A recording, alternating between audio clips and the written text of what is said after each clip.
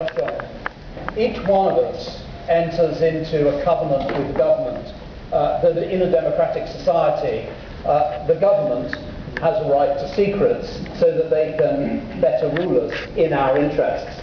But of course, that is a covenant which needs to be policed. And it's policed by the third estate, it's policed by the media, and that's how we keep the government honest. And of course, the question then arises, how many secrets does the government need? And Richard Dearlove, who is better known as C, the head of MI6, says the government needs secrets, but not as many as you would imagine. And I would also add, perhaps also not for as long as you would imagine. And I think that that is the sort of starting point, because beyond that, when we get to the theory of a democratic society, it is about receiving all shades and colours of opinion so we can make up our minds about the issues of moment. And I think this has been a long and honourable tradition of newspapers where traditional print media have had drop boxes so that you can drop information anonymously if you're a whistleblower into any news organisation. And I think that the genius of Julian Assange was to notice that there was a gap in the market. And what that gap was that no longer were journalists receiving a couple of dog-eared photocopies.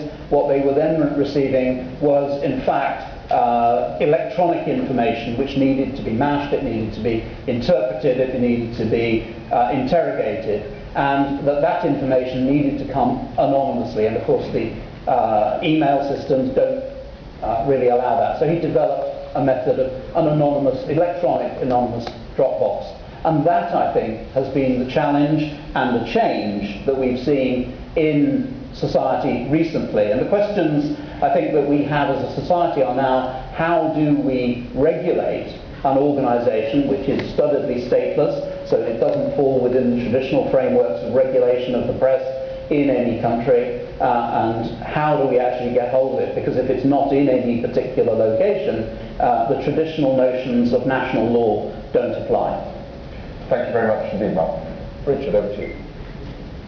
Well, let me start by saying, can you hear me?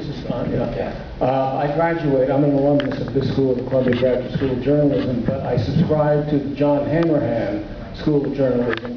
John was a colleague of mine at the Washington Post in the 1970s, and a very industrious reporter who one day got a fabulous story relating to Watergate. And I talked to him the next morning and I said, where'd you get that story? How'd you get that? And he said, well, I was working late at night and a garbage man came in with a box that he picked up at the special prosecutor's office. There was stuff in it that they had forgotten to shred. So I looked at it and I wrote a story and I attributed it to highly informed sources. And I said, well, I like that because we take our information as we can get it, when we can get it.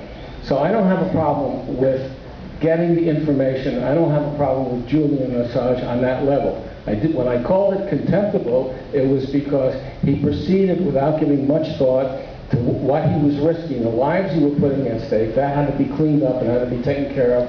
He had to be kept watched by the New York Times and other newspapers to make sure that he didn't do something disastrous. And the other thing I feel at the same time, and I think both things are true, we have a right to write what we want if we can get the information, and I think the government has a right to certain secrets. Not every secret, not for the longest time, but certain secrets which protect the lives of people and enable the government to talk. And one last thing. A lot of what was revealed in the State Department cables was interesting, but not critical, didn't change anybody's mind, and will certainly intimidate people from talking honestly from now on. Diplomacy is about getting information. This is not the Pentagon, and this was not the CIA. These were diplomats whose job it is to find out what's going on in the country. For at least the short term, I don't know, maybe even the long term, their job was made harder by Julian Assange and Wikileaks.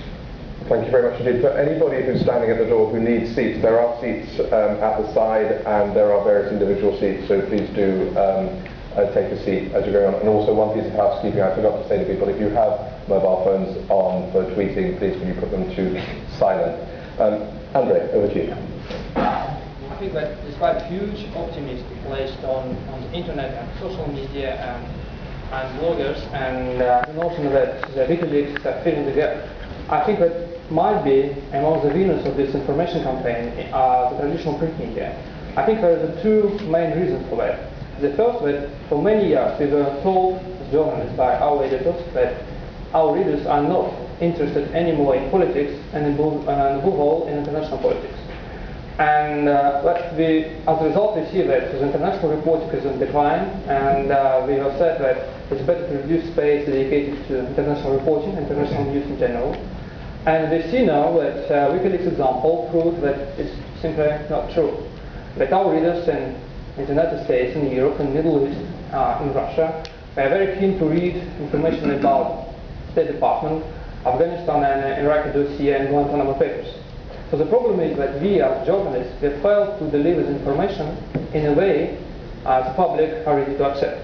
That might be partly a fault of journalists, might be it's partly a fault of the public, which tends to look for easy answers to complicated questions, but it's not the problem of losing interest in international politics.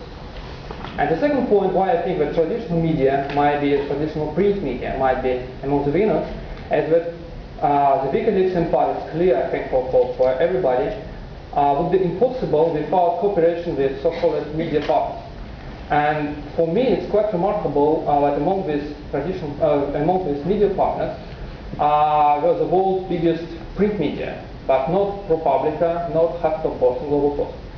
Of course, I'm not in position to discuss why these media were not chosen by Wikileaks, but in my point of view, from my perspective, in authoritarian states, the cooperation with traditional print media proved to be crucial for such websites as Wikileaks and other websites which were modeled after Wikileaks.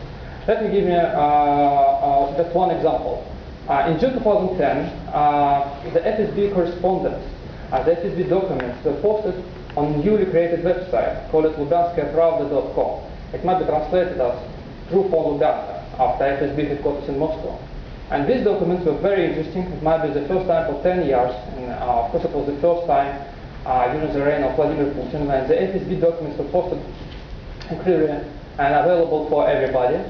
And these documents were very interesting because they shed new light on the operations of the FSB in the former Soviet Union, particularly in Ukraine and Turkmenistan, and they were quite new. They were dated 2006-2007. It could be our Russian version of Wikileaks, but it didn't. It didn't because this information and these FSB documents were not reported by Russian traditional print media. At the same time, the new media, the Russian new media that thought to be the last stand for democracy in Russia, decided not to publish this information firsthand.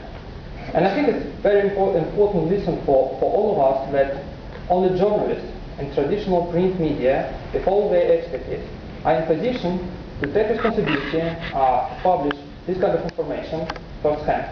And I think that without traditional print media, as the Russian example proved, the Wikileaks would be just a very distant reality. Thank you very much indeed. Emily.